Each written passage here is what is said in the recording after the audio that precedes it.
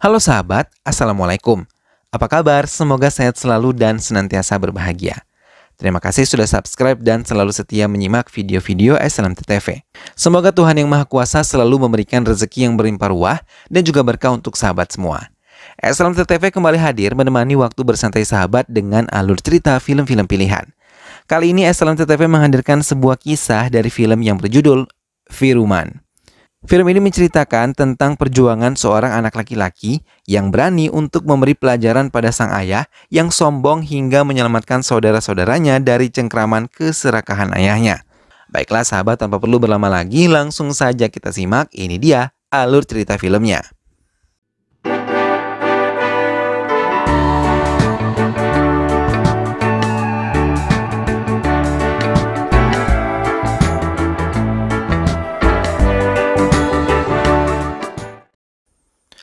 Firman mengejar ayahnya yang berlari ketakutan ketika mengetahui putranya mengejar menggunakan senjata tajam.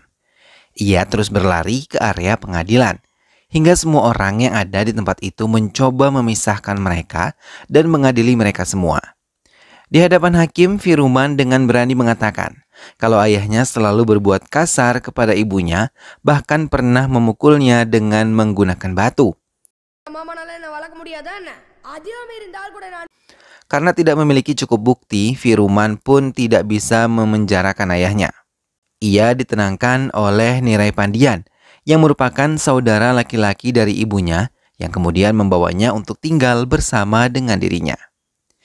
Firman yang mengalami trauma kuat dalam hidupnya harus berusaha menyembuhkannya.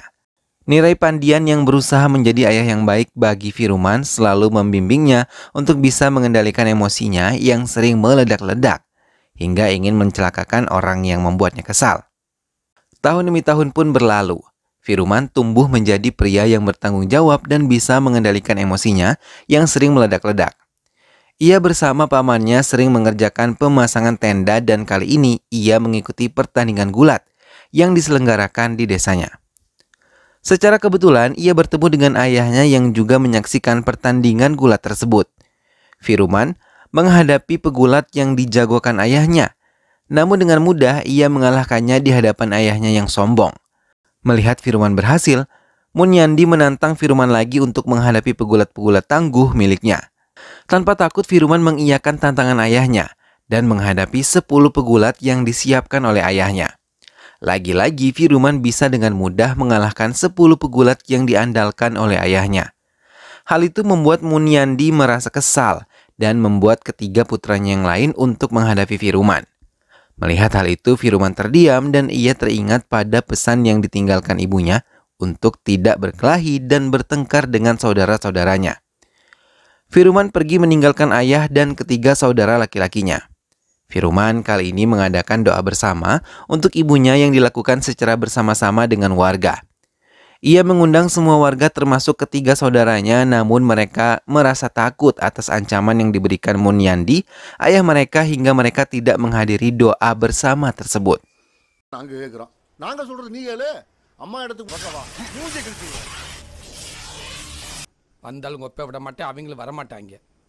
Namun Tain bersama teman-temannya datang pada acara itu. Hal itu membuat Firman menjadi gugup karena selama ini ia menyukai Tain secara diam-diam. Tain adalah saudara ipar Selvam, kakak pertamanya yang selalu merawat Munyandi yang menderita diabetes. Kali itu pun Tain dipanggil hingga ia tidak menyelesaikan doa bersama itu untuk memberikan perawatan pada Munyandi.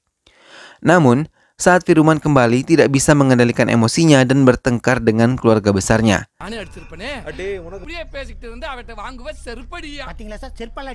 Munyandi pun mengirim anak buahnya untuk menghabisi Firman, putranya sendiri. Tapi dengan mudahnya, Firman melumpuhkan mereka.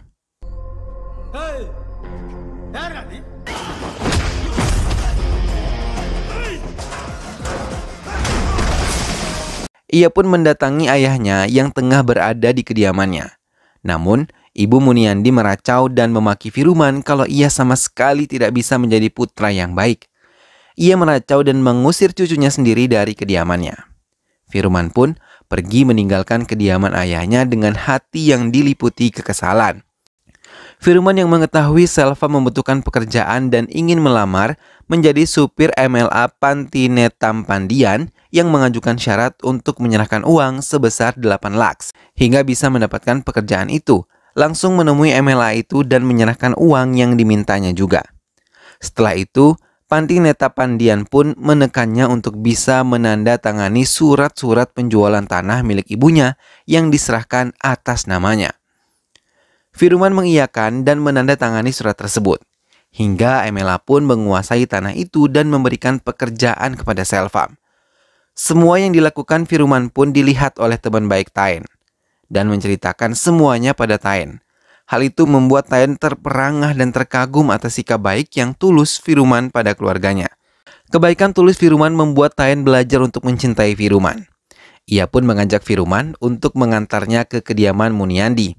Untuk pertama kalinya setelah bertahun-tahun, ia meninggalkan rumah ayahnya. Kali ini ia menginjakannya lagi.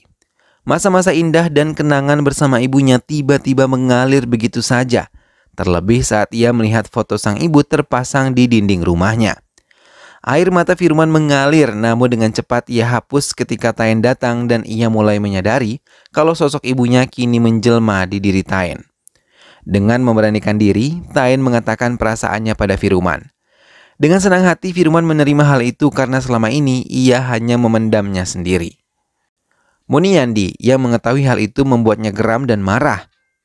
Ia bahkan mengancam akan mengusir Taen jika ia benar-benar memilih Firman untuk kehidupannya. Ancaman itu menggema di seluruh sudut rumah hingga membuat semua anggota keluarga menjadi ketakutan.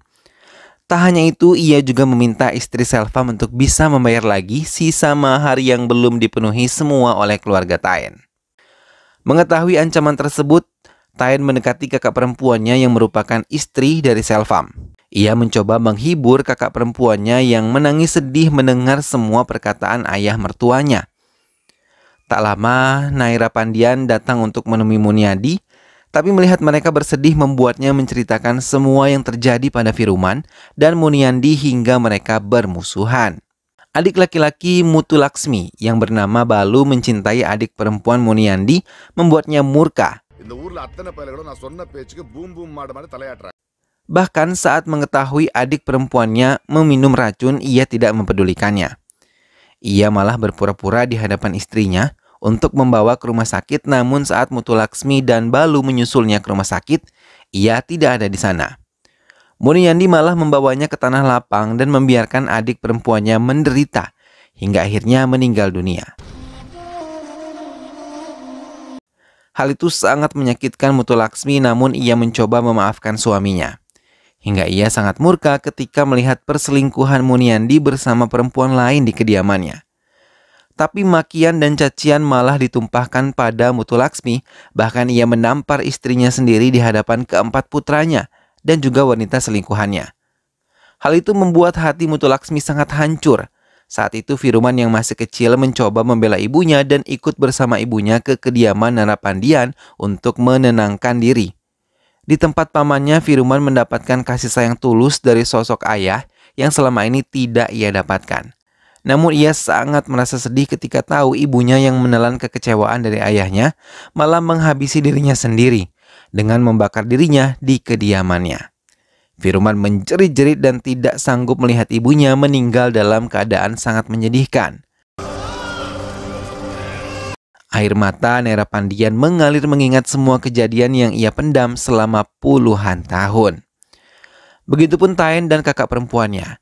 Mereka pun merasakan kesedihan mendalam dari Firman. Ketegangan kembali terjadi antara Muniandi dan Firman.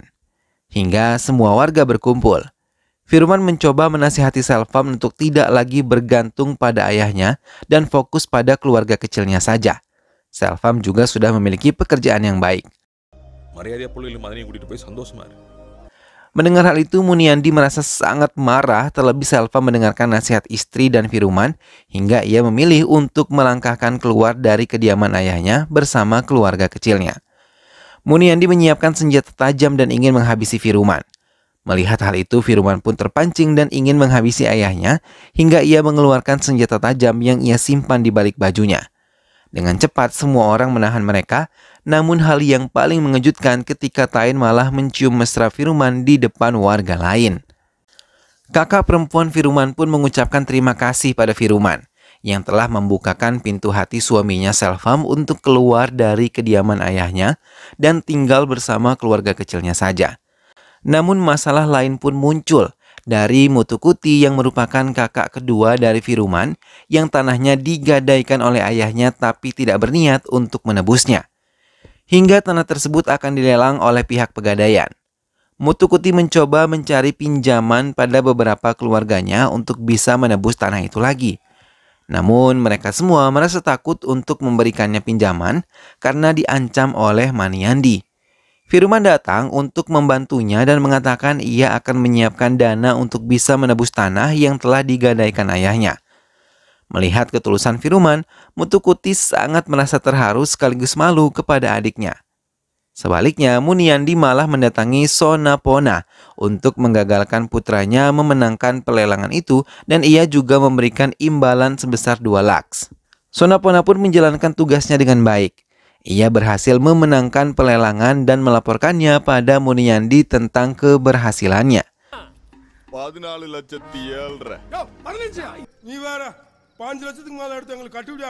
Mendengar hal itu, ia merasa senang karena ia bisa memiliki tanah dan bangunan milik putranya. Namun hal pintar dilakukan oleh Firuman. Ia yang dikejar oleh Sonapona dan anak buahnya malah mengurung mereka dan tidak membiarkan mereka keluar selama 1 jam. Setelah mengurung mereka, Firuman dan Mutukuti mendatangi pegadaian dan menebus semua tanah serta bangunan miliknya. Karena Sonapona tidak datang untuk mengambil lelangan tersebut. Mengetahui hal itu, Muniyandi pun marah dan meminta Sonapona untuk bertanggung jawab. Sonapona pun menyanggupi dan ia bersama anak buahnya kembali mendatangi Firuman untuk menuntut balas.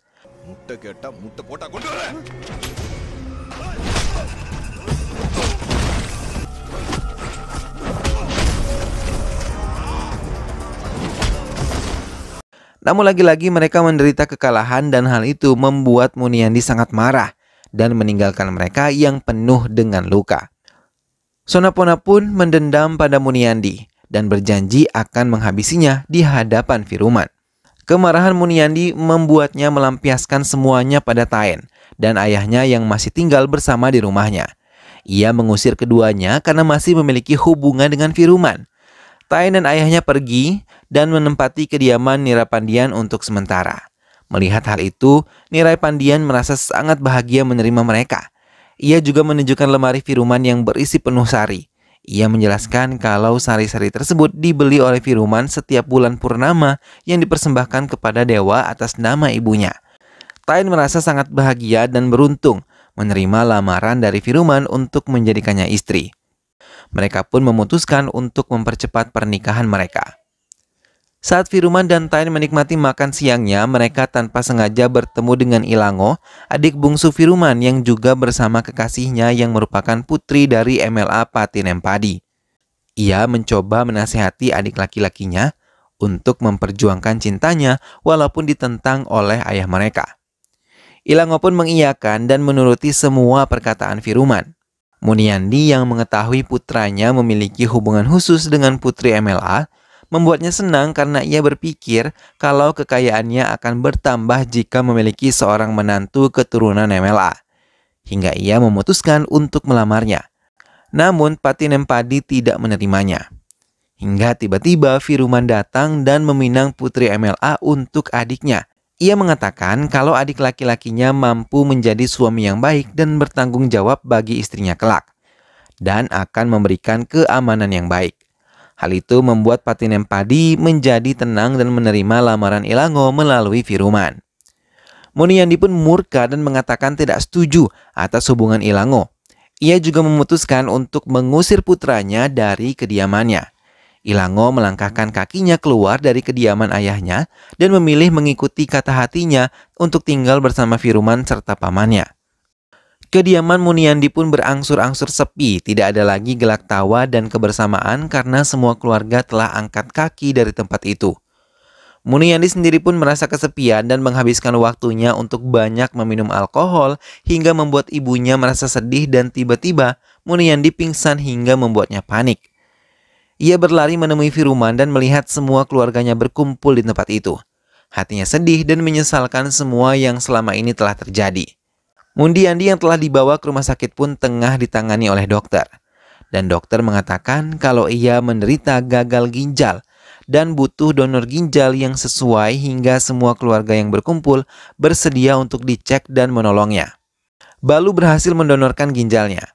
Air mata Muniandi mengalir melihat ketulusan keluarganya dan menyesali semua keserakahan yang ada di dirinya selama ini. Ia memutuskan untuk kembali ke rumah dengan diam-diam.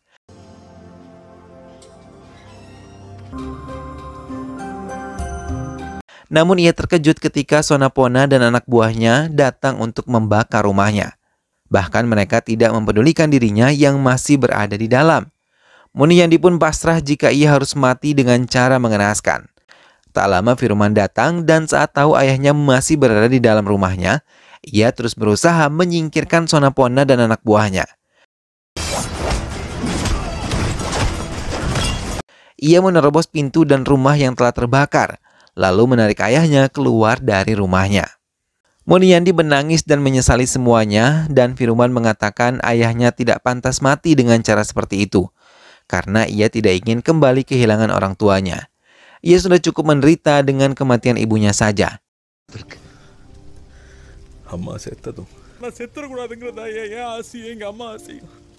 Muniandi pun meminta maaf dan memeluk putranya yang telah memaafkannya. Dan film pun selesai. Nah sahabat, itulah tadi alur cerita dari film yang berjudul Firman. Hubungan antara anak dan ayah tidak akan pernah dapat berubah oleh apapun. Meskipun terkadang ayah dan anak berselisih paham, namun sejatinya hubungan ayah dan anak akan tetap erat. Bagaimanapun keadaan orang tua kita harus selalu berbakti dan mendoakan yang baik-baik bagi mereka. Karena doa restu dari mereka adalah juga ridho dari Tuhan Yang Maha Kuasa. Sehingga jika ingin mendapatkan kesuksesan di dunia dan akhirat, maka berbaktilah pada orang tua dan mintalah ridho mereka agar selamat di dunia dan akhirat kelak. Mudah-mudahan sahabat semua terhibur setelah menyimak alur cerita film ini. Sampai berjumpa kembali di alur cerita film-film selanjutnya. Dukung selalu SLMT TV dengan cara klik like, komen, share, dan juga subscribe. Terima kasih sudah menyimak video ini sampai akhir. Sehat selalu sahabat dan wassalamualaikum.